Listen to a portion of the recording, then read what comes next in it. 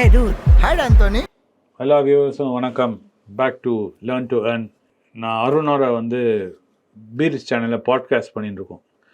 Almost ஒரு 100 episodes பண்ணிட்டோம். அதை சப்போர்ட் பண்ண பாருங்கள். அங்கே அருணை பாருங்கள். அந்த பண்ண தைரியத்தில் அருண் சொல்லியிருக்கார், நான் மணி பேஜ் சேனலில் லேர்ன் டு ஏர்னுக்கும் நான் வரேன். நான் என்னோடய டவுட்ஸ்லாம் நான் உங்களை பீரிஸ் சேனலில் கேட்குறது தமிழ் சேனலில் கேட்குறேன். நம்ம ஆடியன்ஸ் இங்கே வைடர் ஆடியன்ஸ் அவங்களும் இதுலேருந்து கற்றுக்கலாம் சார் அப்படின்னு ஆசைப்பட்டார். அதனால் நான் ஓகே வாங்க அருண் கூப்பிட்ருக்கேன். ஸோ அருணை கொஞ்சம் சப்போர்ட் பண்ணுங்கள், கொஞ்சம் அருணை கைண்டாக இருங்க. ஏதாவது திட்டுனா என்ன திட்டுங்க, ஆனால் அருணை திட்டாதீங்க. ஃபர்ஸ்ட் எபிசோட்லேயே தடுத்து விட்டுறாதீங்க. எனக்கு தெரியும், எனக்கு புரியுது, இது ஆனந்த் இந்த வீடியோவில் இல்லை, இது ஆனந்தோட சேனல், இது என்னோட சேனல் நான் சொல்லலை. பட் ஆடியன்ஸ் வைட் வெரைட்டியாக இருக்கீங்க, நிறைய பேர்ஸ் லேர்னர்ஸாக இருக்கீங்க அருண் மாரி. ஸோ இது ஒரு ஆப்பர்ச்சுனிட்டி, லேர்னிங் ஆப்பர்ச்சுனிட்டின்னு இந்த வீடியோ நாங்கள் தயார் பண்ணி போட்டிருக்கோம். So welcome Arun. சார் என்ன கேள்விங்க சொல்லு சார். இப்போ நம்ம ரீசெண்ட் வீடியோஸ்ல பாத்தீங்கன்னா, இப்போ ஆனந்த் சார் ஜாப்பனீஸ் மார்க்கெட்டும் அமெரிக்கன் மார்க்கெட்ஸ் பத்தி பேசுறாரு. ஸோ அதனால என்னன்னா, இப்போ ஆடியன்ஸ் இந்தியன் கண்டென்ட் கொடுத்தா போதும், எதுக்கு ஜாப்பனீஸ் அண்ட் அமெரிக்கன் கம்பெனிஸ் பத்தி நிறைய பேசுறாரு. அது இல்லாமல் என்னன்னா, இப்போ அமெரிக்கன் மார்க்கெட் தான் ரொம்ப இம்பார்ட்டன்ட். இப்போ அமெரிக்காவில் என்ன நடக்குதோ அதுதான் இங்கே இந்தியாவில் ரெஃப்ளெக்ட் ஆகும் most of the times. So இப்போ எவ்வளோ இம்பார்ட்டன்ட் ஒரு வியூவர் ஒருத்தர் அமெரிக்கன் மார்க்கெட் தெரிஞ்சுக்கிறது எவ்வளோ இம்பார்ட்டன்ட்டு கொஞ்சம் சொல்றீங்க. இப்போ ஏன் அமெரிக்கன் மார்க்கெட் பத்தி பேசுறதுன்னா, அமெரிக்கன் மார்க்கெட் உலகத்துல இருக்கிற பெரிய மார்க்கெட். இப்போ ஜாப்பனீஸ் மார்க்கெட் பத்தி அவர் கன்சிடர்னு சொல்லும்போது, ஜப்பான் பத்தி கன்சிடர்னு சொல்லும்போது, அவர் அமெரிக்கன் மார்க்கெட் மூலமா தான் சொல்றாரு. ஓகே, நீங்க அமெரிக்கன் மார்க்கெட்ல இருந்து நீங்க உலகத்துல என்ன மார்க்கெட் வேணா நீங்க இன்வெஸ்ட் பண்ணலாம்.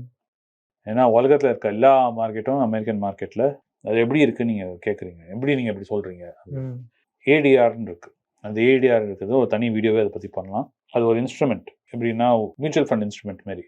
நீங்கள் ஒரு ஃபுல் ஷேர் வாங்காமல் ஒரு பார்ட் ஆஃப் த கம்பெனியை வாங்கலாம். ஓகே. ஸோ நிறைய கம்பெனிஸ் இதை அமெரிக்கன் மார்க்கெட்டில் இன்ட்ரடியூஸ் பண்ணியிருக்காங்க. நிறைய இந்தியன் கம்பெனிஸே லிஸ்டே ஆகிருக்காங்க. ஸோ நம்ம டாடா மோட்டர்ஸ் எல்லாம். ஸோ நீங்கள் அது மூலமாக வாங்கலாம், இல்லாட்டா இந்த சொன்ன மாதிரி யூனிட் மூலமாக கூட நீங்கள் வாங்கலாம். ஓகே. அண்ட் என்ன அட்வான்டேஜ்னா, இப்போ உலகத்தில் இருக்க எல்லா மார்க்கெட் நான் என்ட்ரு பண்ணலாம்னா, உலகத்தில் என்னெல்லாம் பெரிய கம்பெனி இருக்கோ அதுதான் அமெரிக்கன் மார்க்கெட்டில் வரும். நம்ம மாரி இந்தியன் ஸ்மால் கேப் மார்க்கெட்லாம் அவ்வளோவா அமெரிக்கன் மார்க்கெட் மூலமாக நீங்கள் இன்வெஸ்ட் பண்ண முடியாது.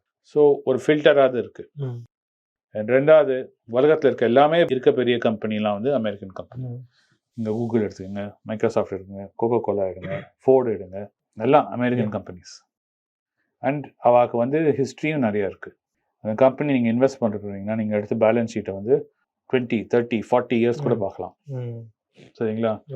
அண்ட் அஃப்கோர்ஸ் நம்ம வாரன் தாத்தாவும் அங்கே தான் இருக்கு. ஸோ அப்படி பார்க்கும்போது it's a great opportunity. And இந்தியாவில் உட்காந்துட்டு இப்போ நமக்கு ஆப்பர்ச்சுனிட்டி இருக்குது அங்கெல்லாம் இன்வெஸ்ட்மெண்ட்டுக்கு. நான் சின்னவனா அவனை மாரி இருக்கும்போது கிடையாது. இந்தியனாக இருந்தது, நம்ம க்ளோஸ்ட் கண்ட்ரியாக இருந்தோம், க்ளோஸ்ட் எக்கானமியாக இருந்தோம், வாய்ப்பு கிடையாது. இப்போ நம்ம open country, open system, open எக்கானமியாக மாறிட்டோம். ஸோ உங்களுக்கு ஆப்பர்ச்சுனிட்டி இருக்குது. ஸோ அந்த ஆப்பர்ச்சுனிட்டி இருக்கும்போது யூஸ் பண்ணுங்கள், கற்றுக்குங்க.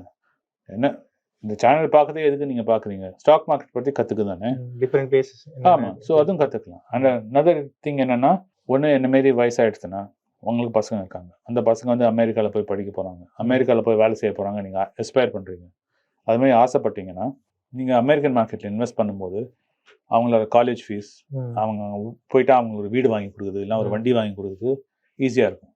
ஓகே. உங்களோட பணத்தை அனுப்புறதுக்கு பதில் ஆல்ரெடி உங்கள் பணம் அங்கே இருக்குது. ஸோ இட்ஸ் அவ்வளோ ஈஸி உங்களுக்கு. இல்லாட்டா நீ ஒன்றை மாரி இருந்து நீ ஸ்கூலில் படிக்கிற, நம்ம ஆஃபீஸோட சின்ன பையன் இருக்கான் இன்டர்ன், அவன் மாரி இருக்க நீ ஆசைப்படுற, நான் 12ஆம் கிளாஸில் இருக்கேன், இப்போது நான் முடிச்சுட்டு நான் யூஎஸ் போகிறேன், நான் கனடா போகிறேன், அப்புறம் நீ இன்வெஸ்ட் பண்ண ஆரம்பிச்சிட்டேன்னா நீ அங்கே பணம் சேர்க்க ஆரம்பிச்சிருக்க. ஓகே. ஸோ உன்னோட எஜுகேஷனுக்கு நீ இந்தியாவுக்கு சேர்த்து எஜுகேஷன் பண்ணுறது இல்லை, அங்கேயே சேர்த்து நேரம் அங்கேயே போயிடலாம். ஸோ இதுமாரிலாம் நீ யோசிக்க ஆரம்பிக்கலாம். இதுமாரிலாம் நீ யோசிக்க ஆரம்பிக்கும் போது ஆப்பர்ச்சுனிட்டிஸ் அது.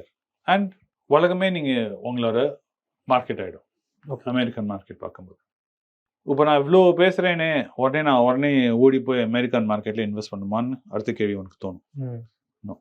இது நீங்கள் ஃபஸ்ட்டு பாடம்லாம் கற்றுக்கணும்.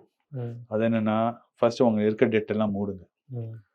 ஃபஸ்ட் அந்த 200 கிராம் கோல்டு சேருங்க. இந்த பேசிக் கிரைட்டீரியா. ஆமாம், ஹெல்த் இன்சூரன்ஸை வாங்குங்க. சரிங்களா? ஒரு இந்தியாவில் கொஞ்சம் இன்வெஸ்ட் பண்ணுங்க. அதுக்கப்புறம் தான், சரிங்களா, நீங்கள் எல்லாத்தையும் தாவிட்டு நான் நேராக அதுக்குள்ளே குதிக்கிறேன்னா ட்ரவுன் ஆகிடுவீங்க. நீச்சல் தெரியாமல் நடு கடலில் போய் போட்லேருந்து குதிச்சேன்னா செத்துருவேன். ஓகே. அதே தான் இதுலையும். ஸோ இதெல்லாம் நீங்கள் பண்ணிட்டீங்கன்னா நீங்கள் வந்து எக்ஸ்ப்ளோர் பண்ணலாம். இதெல்லாம் இன்னும் நீங்கள் பண்ணாட்டா ஃபர்ஸ்ட் இதெல்லாம் செய்யுங்க. ஓகே. செஞ்சுட்டு வாங்க, பொறுமையாக இருங்க. எல்லாருக்கும் டைம் இருக்குது. அமெரிக்கா மார்க்கெட் வந்து நீங்கள் பிறக்கிறதுக்கு முன்னாடியிலேருந்து இருக்குது, நீ செத்த பிறகும் இருக்கும். சரியா? இங்கேயும் போயிட போகிறது. ஆனால் நீ பொறுமையாக எல்லாம் கற்றுன்ட்டு வான்னு தான் நான் சொல்கிறேன். ஓகே. அண்ட் ரெண்டாவது கொஸ்டின் என்னன்னா, இப்போது அமெரிக்காவில் வந்து இன்ட்ரெஸ்ட் ரேட் வந்து கொஞ்சம் ஹையராக வச்சுருக்காங்க. இப்போது ஃபெட் வந்து மீட்டிங் போயிட்டுருக்கு, எப்போ எந்த டைமில் லோ பண்ணும் அப்படின்னு. இப்போ வந்து இங்கே லோ பண்ணாங்கன்னா மார்க்கெட்ஸ் வந்து, இப்போ ஜப்பான் மார்க்கெட்ஸ் எடுத்திங்கன்னா அங்கே வந்து மோஸ்ட் ஆஃப் த டைம்ஸ் வந்து டீஃப்ளேஷனில் இருந்தது. இன்ட்ரெஸ்ட் ரேட்ஸும் நெகட்டிவ் இன்ட்ரெஸ்ட் ரேட்ஸ் வச்சுருந்தாங்க. அதாவது நெகட்டிவ் இன்ட்ரெஸ்ட் ரேட்லேருந்து பாசிட்டிவ் இன்ட்ரெஸ்ட் ரேட்டு மூவ் ஆகிட்டு இருக்கு. ஸோ நிறைய அமெரிக்கன் இன்வெஸ்டர்ஸ் வந்து லோவர் இன்ட்ரெஸ்ட் ரேட்க்கு வந்து ஜாப்பனீஸில் இன்வெஸ்ட் பண்ணி அந்த ஜாப்பனீஸ் மார்க்கெட்ஸை புஷ் பண்ணுறாங்க. ஸோ அதனால் வந்து இப்போ ஆனந்த் சார் வந்து ஜாப்பனீஸ் கம்பெனிஸ் பற்றி நிறைய பேசுனாரா? சரி, ஜப்பான் மார்க்கெட்டில் அவர் என்ன சொல்கிறாருன்னா, அவர் சொன்னது நீங்கள் குழப்பல, சரியா? நீங்கள் புரிஞ்சுக்கல வாங்க. ஜப்பானில் என்ன சொல்கிறாருன்னா, அவர் ஜப்பான் எக்கானமி தனி, ஜாப்பனீஸ் கம்பெனி தனி. இந்தியாவில் மாரி தான். ஓகே. சரியா? இந்தியாவில் வந்து இந்தியன் எக்கானமி இருக்குது, அப்புறம் இந்தியன் கம்பெனிஸ் இருக்குது. ஃபேமஸாக அந்த ஏஷியன் பெயிண்ட்ஸ் ஆள் வந்து இப்போ அடி வாங்கிட்டது ட்விட்டரில். ஆரோ போய் சொன்னார் அவர்கிட்ட, ஜிடிபி பயங்கரமாக நல்லா இருக்குது, ஆனால் ஏன் அவங்க சேல்ஸ் கம்மியாக இருக்குது? அவர் உடனே சொல்லிட்டு, ஜிடிபி நம்பர் நல்லா இருந்தால் சேல்ஸ் நம்பர் நல்லா இருக்குன்னு அர்த்தம் கிடையாது அப்படின்ட்டு உடனே அவர் அடி வாங்கி ட்விட்டரில் உடனே ட்வீட்டை டிலீட் பண்ணிட்டாரு. அதான் அர்த்தம். ஸோ ஆனந்த் சார் என்ன சொல்கிறார், நம்ம ஜாப்பனீஸ் கம்பெனியை பார்க்கலாம்.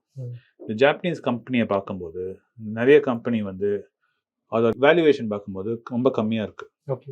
நீங்கள் இப்போ இந்தியாவில் வந்து மாருதி சுசுகி பார்த்தீங்கன்னா வேல்யூவேஷன் இங்கேயோ இருக்குது. இதே இதோட பேரண்ட் கம்பெனி ஜப்பானில் பார்த்தோம்னா டொயோட்டா கம்மியாக இருக்குது. ஸோ அது வந்து வாங்கலாம், ஏன்னா அது வளர்றதுக்கு வாய்ப்பு ஜாஸ்தியாக இருக்குது.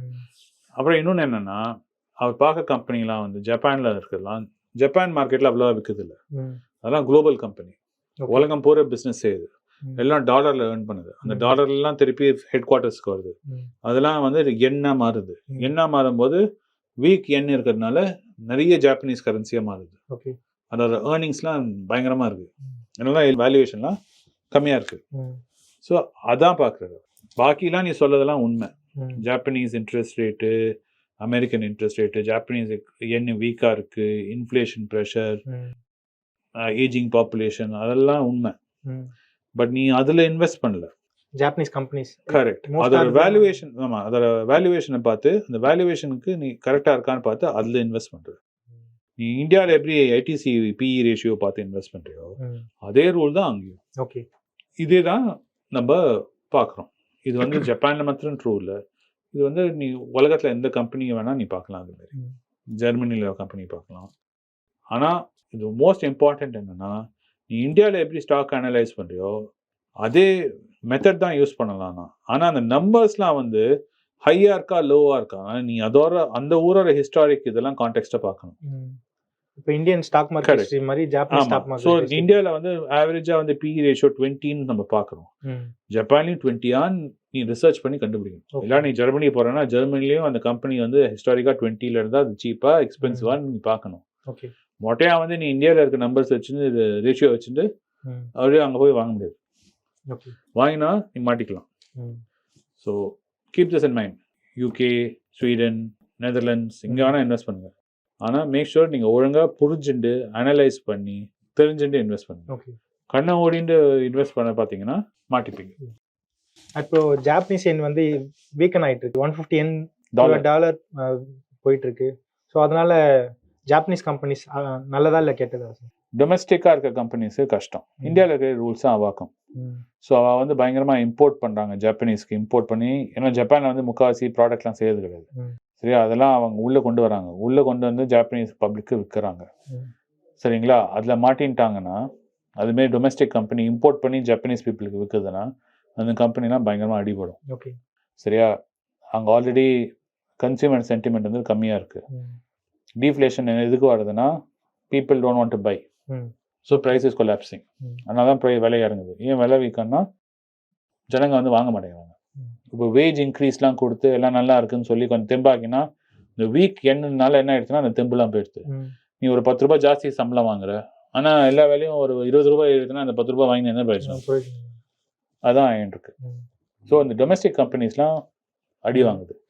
இதே வந்து இப்போ ஜப்பான்லேருந்து வெளில எக்ஸ்போர்ட் பண்ணுறாங்க, அந்த கம்பெனிலாம் நம்ம இந்தியாவில் ஃபார்மா கம்பெனி மாதிரி, அந்த கம்பெனிலாம் குட் நியூஸ்.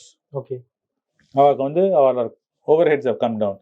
ஏன்னா கொடுக்க சேலரி எண்ணில் கொடுக்குறான், ஏன்னா அது இன்னும் சீப் ஆயிடுச்சு. வர பணம்லாம் வந்து டாலர்லாம் ஏறிடுச்சு. ஸோ அவனுக்கு எல்லாம் நல்ல நாள். ஸோ இதே வாட் நமக்கு அப்ளை பண்ணுது அதுக்கு தான் ட்ரூ. அண்ட் லாஸ்ட் கொஸ்டின் வந்து என்னன்னா, இப்போ எலெக்ஷன் போல் வந்து பெரிய இம்பாக்ட் கிரியேட் பண்ணிச்சு மார்க்கெட்ல. என்ன எக்ஸ்பெக்ட் பண்ணாங்கன்னா பிஜேபி வந்து மெஜாரிட்டியா வின் பண்ணிடும் 400 சீட்ஸ் மேல. அதனால ஆயாச்சு. என்னன்னா இப்போ எக்ஸிட் போல்ல ரெஃப்ளெக்ட் ஆனது வந்து மண்டேவே ரெஃப்ளெக்ட் ஆயிடுச்சு. 800 பாயிண்ட்ஸ் மேல வந்தது. திரும்ப அடுத்த நாள் கண்டினியூ ஆகும் பார்த்தோம், ஆனா ஆகல. என்னாச்சுன்னா கேப் டவுன் ஆச்சு. திரும்ப 500-600 பாயிண்ட்ஸ் வரையும் இருந்தது. அவ்வளவு பெரிய ஃபால் நான் இது வரைக்கும் உக்ரைன் வார்க்கு அப்புறம் இப்பதான் நான் பார்க்கறேன். அதுக்கப்புறம் என்னாச்சுன்னா 800-900 போச்சு. சரி இதுக்கு மேல இருக்காதுன்னு நினைச்சேன். 1000 பிரேக் பண்ணிட்டு ஆல்மோஸ்ட் 3% 4% ஒரு ஆஃப்டர்நூன் வரைக்கும் வந்தது. அதுக்கப்புறமாவும் லோவஸ்ட் பாயிண்ட் -1800 பாயிண்ட்ஸ் வரைக்கும் போயிட்டு திரும்ப இதுவாயிடுச்சு. அதனால நிறைய ஃபண்ட் ஆட் பண்ண முடியல. நீ என்ன பண்ற தப்புனா, நீ மார்க்கெட் டைம் பண்ண பாக்குற. ஃபால்ல பார்க்கணும். நீ ஃபால் வாங்கினா ஃபால் இன்னும் ஃபால் ஆகுமான்னு யோசிக்கிற. ஆமா, அப்படி இல்லதான் டைமிங் த மார்க்கெட்னு பேரு. ஓகே, ரெட் பார்த்தோன்னே. ஆமா, சரியா. நீ அப்படிலாம் கிராஸ் பண்ண முடியாது. இப்போ ஏதோ கையில் பணம் இருக்கு, மார்க்கெட் கரெக்டாக இருக்குன்னா இவ்வளோ முடியுமா வாங்கு. கையில் ஒரு ஷேர் தான் இருந்ததுன்னா ஒரு ஷேர் வாங்கு. 20 ரூபா இருக்கா, சரி ஒரு சவுத் இந்தியன் பேங்க் வாங்கு. சரியா, நான் என்கிட்ட இல்லை, நான் வந்து எம்ஆர்எஃப் டயர் வாங்குறதுக்கு தான் நான் வெயிட் பண்ணிட்டு இருக்கேன் அப்படின்னு நீ உட்காந்துருந்தேன்னா நீ முட்டாள். சரியா, அது கரெக்ட் ஆகிட்டு பவுன்ஸ் ஆகிட்டு போயிட்டே இருக்கும். லைக் அதனால் மார்க்கெட்டை டைம் பண்ண பார்க்காது. அதனால தான் அந்த போஸ்ட்லையும் போட்டேன் இன்ஸ்டாகிராமில். நிறைய பேர் வந்து வார் செஸ்ட் வச்சு வெயிட் பண்ணிட்டு இருக்கேன் மெசேஜ் பண்ணிருந்தாங்க. நான் சொன்னேன், ஒன் வார் செஸ்ட் இருந்தால் அதுதான் பெஸ்ட் டைம். வார் செஸ்ட் அதான் நினச்சி பேர் நிறைய பேருக்கு தான் அந்த கான்ட்ரவர்சி வந்தது. பிஎஸ்சி இந்த ஜீரோடா ஆப்லலாம் நிறைய பேர் வந்து மணி டிரான்ஸ்ஃபர் பண்ண முடியல, ஏன்னா கிளாக் ஆகிடுச்சு. ஏன்னா நம்ம சிஸ்டம்ஸ்லாம் வந்து அவ்வளோ ரோபஸ்ட் இல்லை. பைப்லைன்லாம் சாஃப்ட்வேர் பைப்லைன் ரொம்ப நேரோ. நிறைய பேர் ஒரே நேரத்தில் அப்லோட் பண்ண பார்த்தாங்க, பணத்தை ஜாம் ஆயிடுச்சு. போல எல்லாரும் ஃபர்ஸ்ட்ரேட் ஆயிட்டாங்க. மார்க்கெட் ஆப்பர்ச்சுனிட்டி மிஸ் ஆயிடுச்சு. நீ வந்து நான் டைம் பண்ணதுக்கு முன்னாடி நீ ஒரு 2-3% முன்னாடி நீ போட்டிருந்த, நீ அதுக்கு முன்னாடி வாங்கினா அட்லீஸ்ட் நீ வாங்கியிருப்ப. நான் லோவஸ்ட் லோ தான், மார்க்கெட் லோவஸ்ட்ல தான் வாங்குவேன்னு நீ வெயிட் பண்ணியிருந்தேன்னா நான் என்ன பண்ணிருந்தேன்னா அடுத்த நாளும் விழுந்துருமோ அப்படிலாம். அதான் நீ திருப்பி ப்ரெடிக்ட் பண்ண பார்க்குற. ஆனந்த் சார் ட்ரை பண்ணல, நீ என்ன சார் ட்ரை பண்ணுறேன்னு எனக்கும் புரியல. சரியா, so but you see an opportunity தான் நான் சொல்கிறேன். நீ கம்பெனியில் பிஸ்னஸில் இன்வெஸ்ட் பண்ணுற, PE ரேஷியோ வேல்யூபிளாக இருந்ததுன்னா வாங்கிட்டு போயிட்டு. உன்னால் என்ன வாங்க சக்தி உன்னால் இருக்கோ அந்த சக்திக்கு வாங்கிட்டு போ. அதுமாரி நீ நிறைய பண்ணிகிட்டே போயிருந்ததுன்னா ஒரு பீரியட் ஆஃப் 10 years நீ நிறைய வெல்த் சேர்ப்ப. நீ அதை விட்டுட்டு வச்சிருக்கேன் சேவிங்ஸ் அக்கௌண்ட்டில் ஒரு 5 lakhs, அது கரெக்டாக டப்புன்னு போட்டுட்டு அது அப்படியே 10 lakhs ஆகிடும் அப்படின்லாம் நீ கனவு கண்டதுன்னா கனவு தான் கண்டுருப்பேன். ஏன்னா அன்றைக்கி அன்றைக்கி நீ இருக்கணும்ல. நான் வந்து ஊர்லேயே இல்லை, நான் வெளியூரில் இருந்தேன், நான் தூங்கி நின்றேன். நான் எழுந்த பிறகு நான் எழுந்த பிறகு தான் நான் பார்த்தேன் நியூஸ். அதுக்குள்ளே மார்க்கெட்லாம் பவுன்ஸ் எல்லாம் போயாச்சு.